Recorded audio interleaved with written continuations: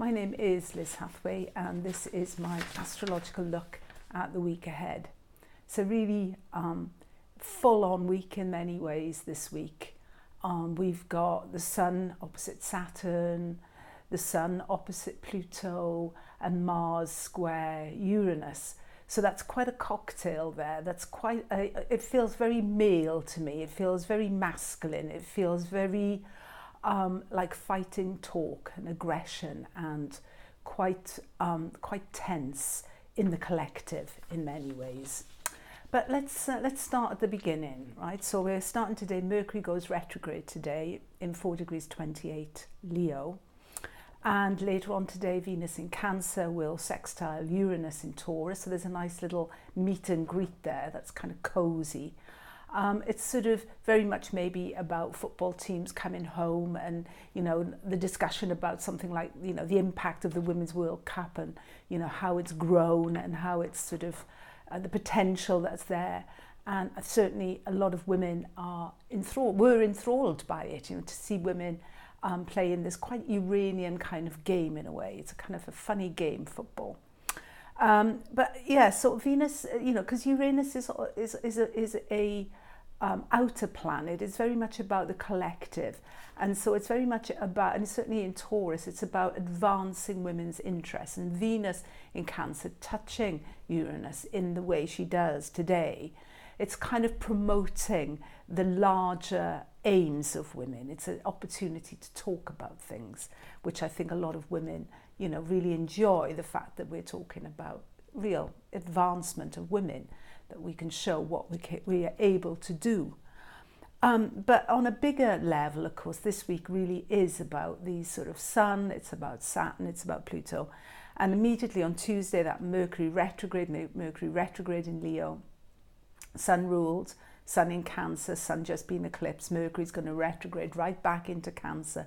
It's going to be picking up at some point, certainly on the degree of next week's lunar eclipse. So things that are happening now might not seem in the bigger picture to be playing out just yet. I mean, it's a strange time. Parliaments are going into recess soon. So, you know, things are slowing down a little bit.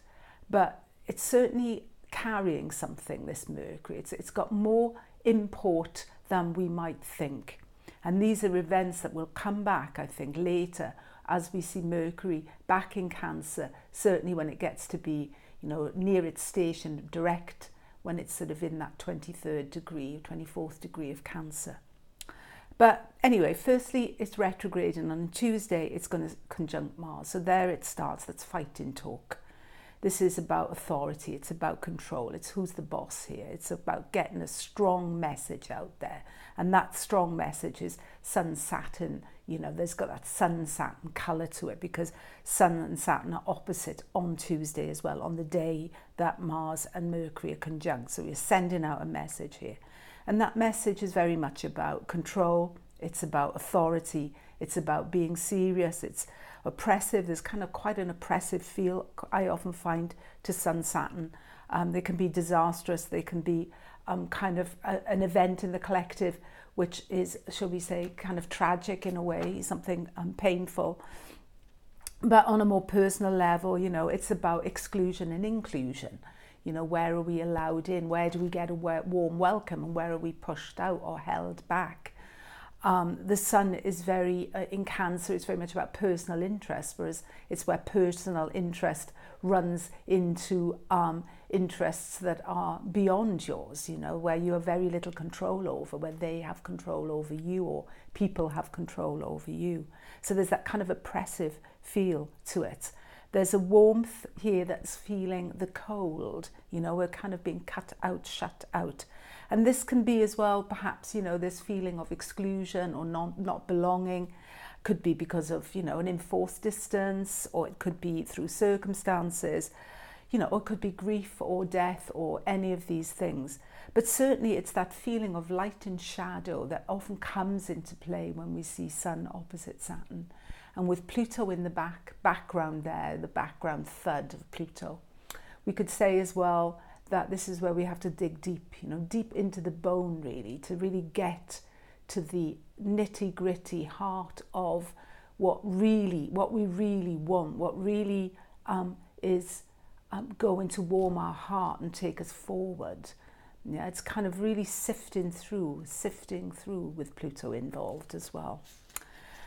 Because we have on Wednesday, we have the Sun also conjunct the North Node. So there's another thought that could come in there. It might be that forging on a path for ourselves, going on the direction that feels right for us, might involve distancing ourselves from people that we have seen as role models or mentors or helpmates or partners, you know, because the opposition is it's a kind of a moving away from as opposed to being drawn towards. So there's kind of that could be as well, partly because the North Node is always about shaping new paths, new directions.